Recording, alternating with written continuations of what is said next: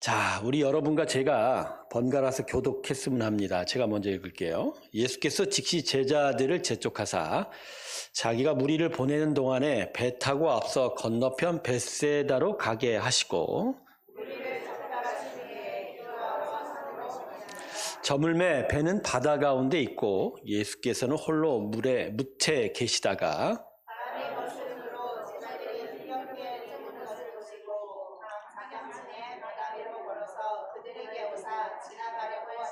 제자들이 그가 바다 위로 걸어오심을 보고 유령인가 하여 소리 지르니 그들이 다 예수를 보고 놀라니라. 이에 예수께서 또 그들에게 말씀하여 이르시되 안심하라. 이는 이리로라 생각하라 하시고 배에 올라 그들에게 가시니 바람이 그치는지라 제자들이 마음에 심히 놀라니 이는 그들이 끄덕 대시던 일을 깨닫지못하고 도리어 그 마음이 끝나여 갔으나 건너가 게네사렛 땅에 이르러 대고 배에서 내리니 사람들이 곧 예수인 줄 알고 온 지방으로 달려 돌아다니며 예수께서 어디 계시다는 말을 듣는 대로 병든 자를 침상째로 메고 나오니 아무데나 예수께서 들어가시는 지방이나 도시나 마을에서 병자를 시장에 두고 예수께 그 옷가에라도 손을 대게 하시기를 간구하니 손을 대는 나는 다 성함을 얻으니라. 아멘.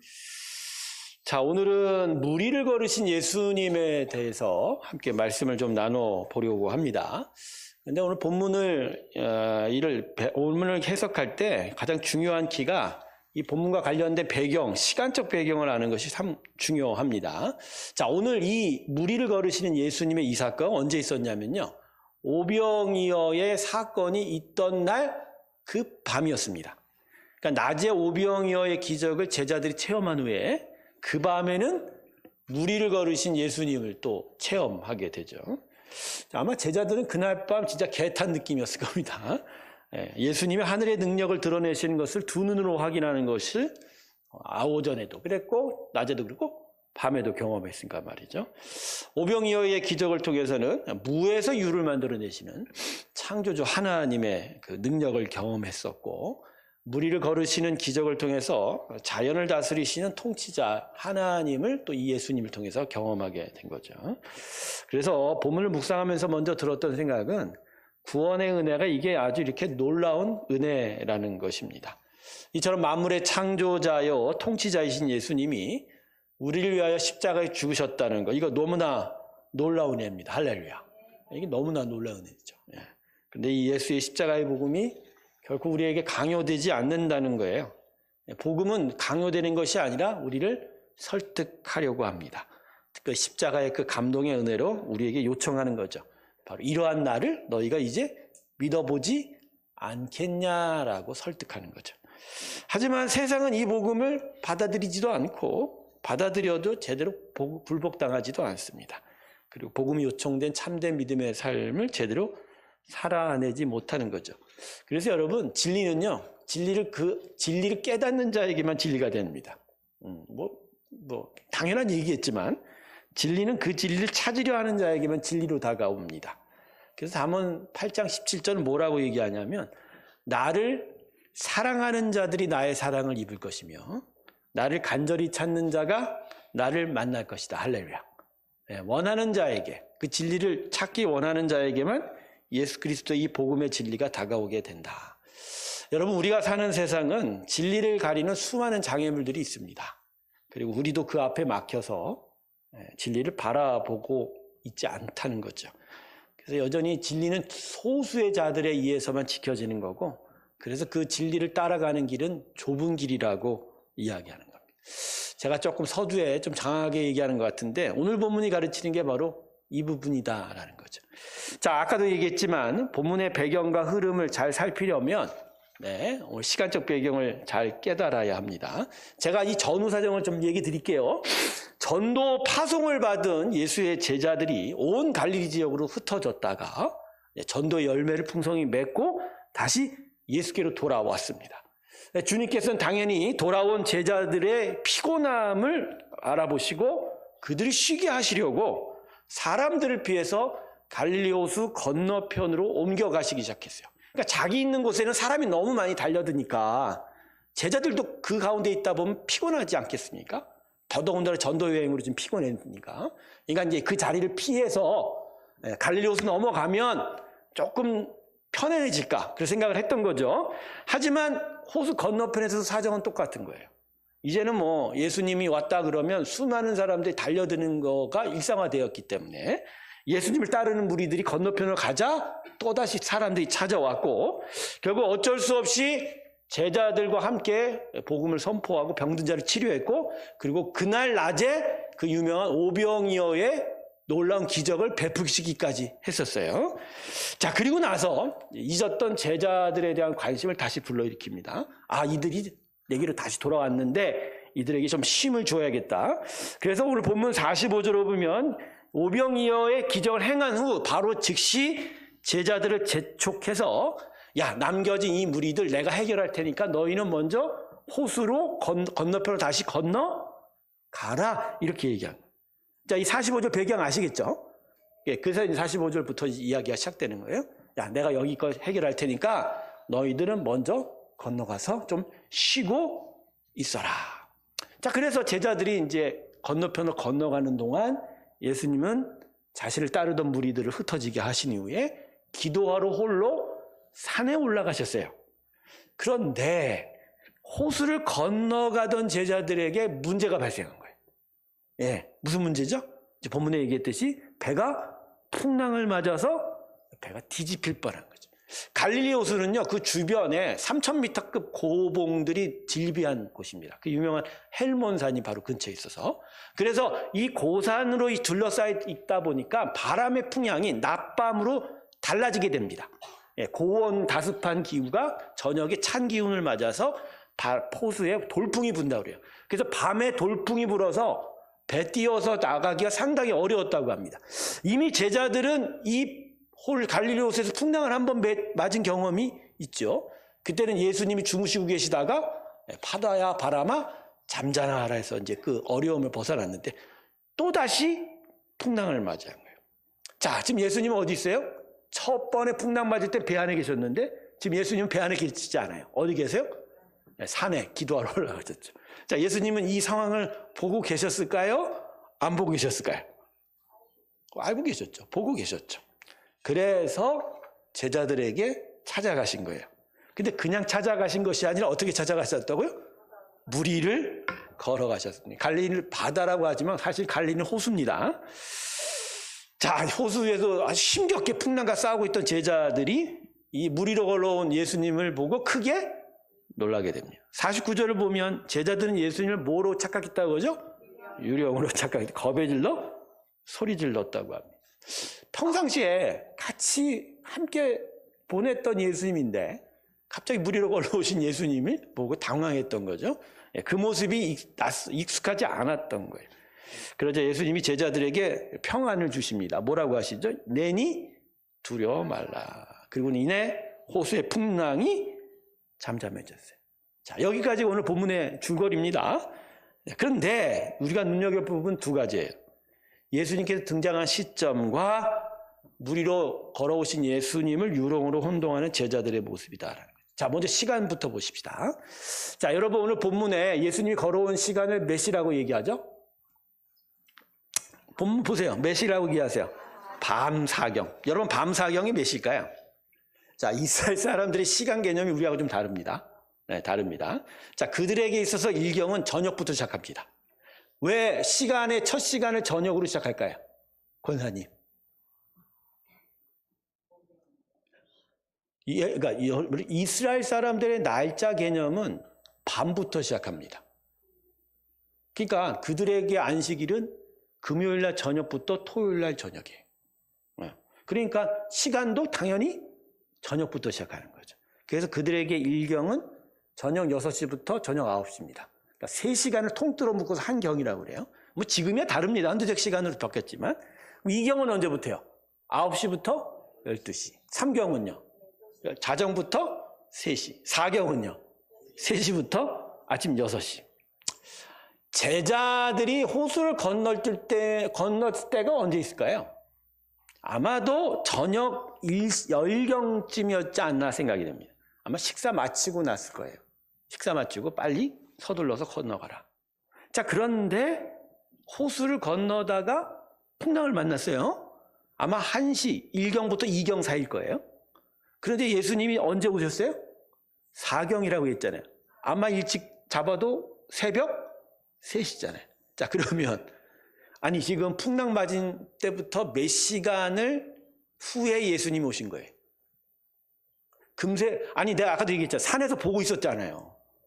풍랑으로 막 배가 뒤집히고 막 힘든 거 아셨잖아요. 그럼에도 예수님이 바로 가셨어요? 안 가셨어요? 안 가셨어요. 안 가셨단 말이에요. 몇 시간 걸려서? 대략 길게 봐서는 6시간이요. 짧게 봐도 4시간 정도. 4시간 동안, 4시간에 6시간 동안 예수님이 제자들 골탕 먹이시려고 늦게 가신 건가? 왜 그러셨을까요? 왜 그러셨을까요? 이 질문에 대한 답은 오병이어의 기적 사건의 마무리에서 찾아볼 수 있습니다. 자, 아까도 얘기했죠. 오병이어의 기적을 베푸신 이후에 제자들 먼저 보내고 나서 예수님이 이스라엘 백성을 흩으셨어요. 자, 이스라엘 사람들의 반응을 아마 예수님이 다 보셨을 거예요.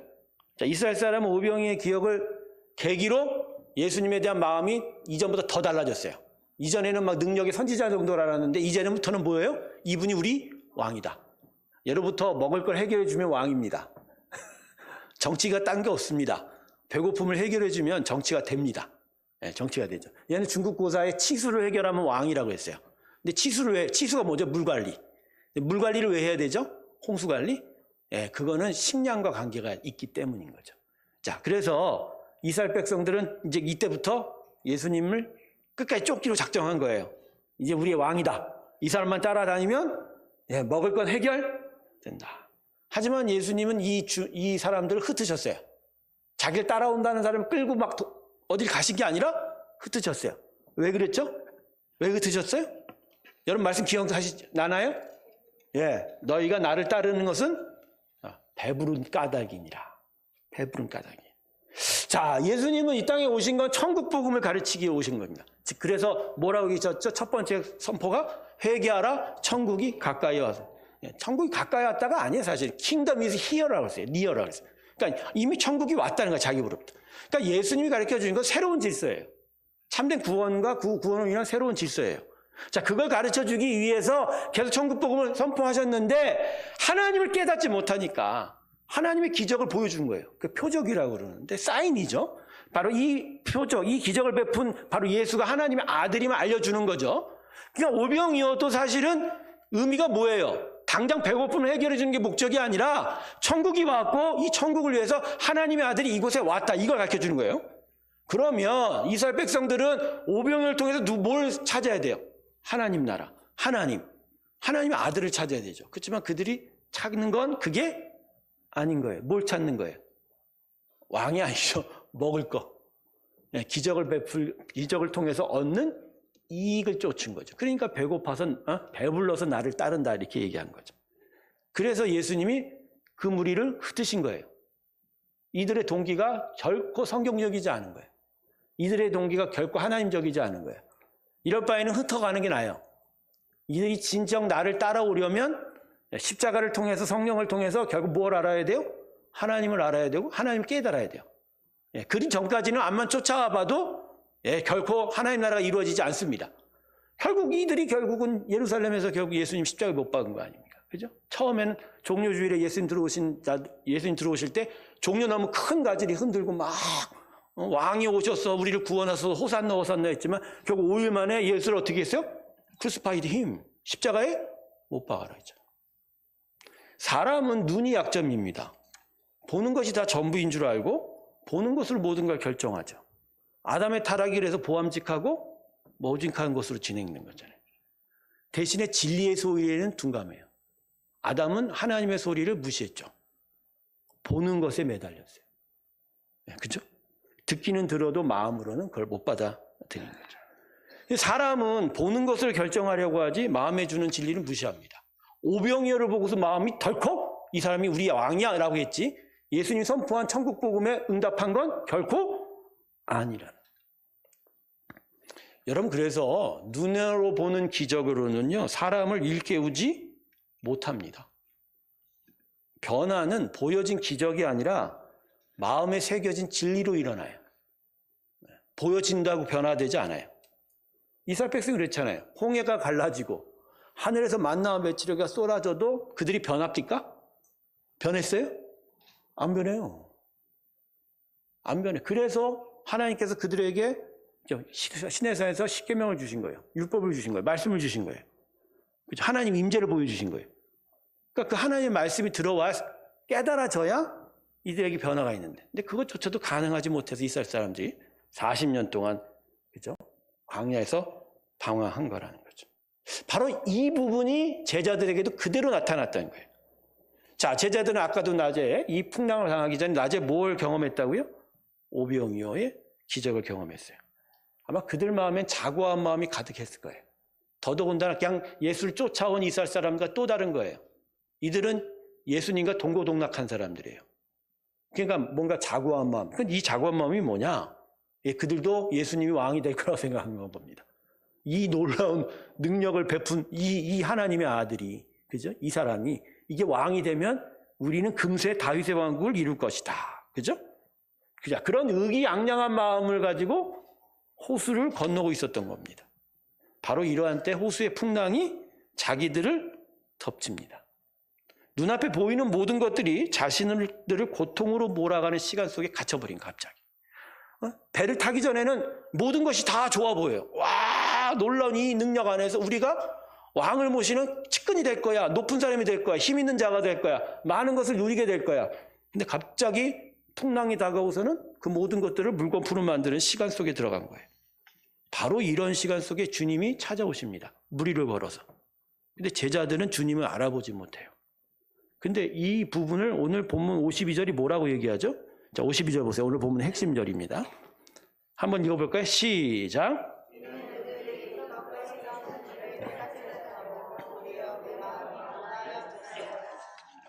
이게 무슨 말일까요, 여러분? 그냥 오병이어의 기적을 베푼 예수님을 몰라보고 또다시 예수의 능력을 붙들지 못했다, 이런 얘기인가요? 그 얘기가 아니고요. 제자들이 오병이어의 기적, 예수님 베푼 이 기적의 의미를 잊었다는 거예요. 자, 아까도 얘기했죠. 여러분, 이 기적, 이 표적의 초점은 베푼 능력 자체가 아니라 그걸 베푼 예수님 당신이 초점이라는 거. 그죠? 그러니까 이스라엘 사람들은 먹을 것으로 흥하는 것이 아니라 먹을 것을 주신 분으로 흥하는 자들이라는 거죠. 그러니까 예수님의 이 오병이어의 기적을 통해서 제자들이 더더욱 예수님에 대한 확신을 해야 되는데, 예수님이 일말대한 확신이 아니라 예수님이 일으킬 것에 대한 기대를 통해서 예수를 다시 잘못 알게 된 거예요. 그래서 예수님이 산 위에서 보다가 4시간 동안이나 안 간 거예요. 왜 안 가셨을까요? 깨달으라는 거죠. 여전히 풍랑 속에서 예수님을 확신했으면 이길 수 있는데, 눈에 본 거에 계속 의지하고 그 눈에 본 것으로 계속 마음이 쏠리다 보니까 그죠? 눈에 쏟아오는 풍랑에 그냥 그들의 마음이 녹아버린 거예요. 그러니까 그걸 깨닫게 하는 거예요. 그걸 깨닫게 하시고자 늦게 가신 거죠. 근데도 정신을 못 차리니까 주님이 오셔도 뭘로 왔다고요? 유령으로. 여러분, 마음의 진리가 사라지거나 잊혀져 가면 세상과 사물을 보는 관점이 금세 타락됩니다. 주님이 유령으로 보이기도 하는 거예요. 제가 무슨 얘기하는 줄 아세요? 여러분, 진리 자체를 깨닫지 못하면요, 진리 자체를 깨닫지 못하면 우리가 보는 모든 시선들이 다 잘못되어지게 된다라는 것이. 우리가 신앙생활을 할 때도 마찬가지예요. 진짜 말씀 안에서 하나님이 누구이신지, 하나님이 어떤 분이신지, 하나님 있는 믿음이 뭔지를 제대로 알기 시작하면 진리를 제대로 봅니다. 근데 어느 순간 뭔가 삐딱해지기 시작하고 다른 걸 기대하고 다른 것을 바라보는 그 순간 모든 것들이 다 뒤틀려지기 시작을 하는 거예요. 그렇게 되면 또다시 진리가 아닌 눈에 보이는 거에서 휘둘리게 되는 거예요. 목사들도 그래요, 여러분. 예수를 만나고 예수의 진리 안에 붙잡혀서, 그래서 예수의 진리 가운데로 가게 되면요, 세상과 사람을 보는 눈들이 정확해져요. 그 진리는 당연히 그렇게 인도하고. 근데 목회를 하면서 수많은 관계 속에서 또 목회를 하고 교회를 섬기다 보면 욕심이 나기 시작해요. 물질에 대한 관심, 힘에 대한 관심. 특별히 목사들이 이 명예에 대한 관심이 커요. 아무래도 돈과 여자 쪽에 대해서 많이 절제하다 보니까 뭐 노예 정치를 하거나 뭐 교단 정치를 하거나 뭐 높은 자리를 가거나 자기 이름 내는 거.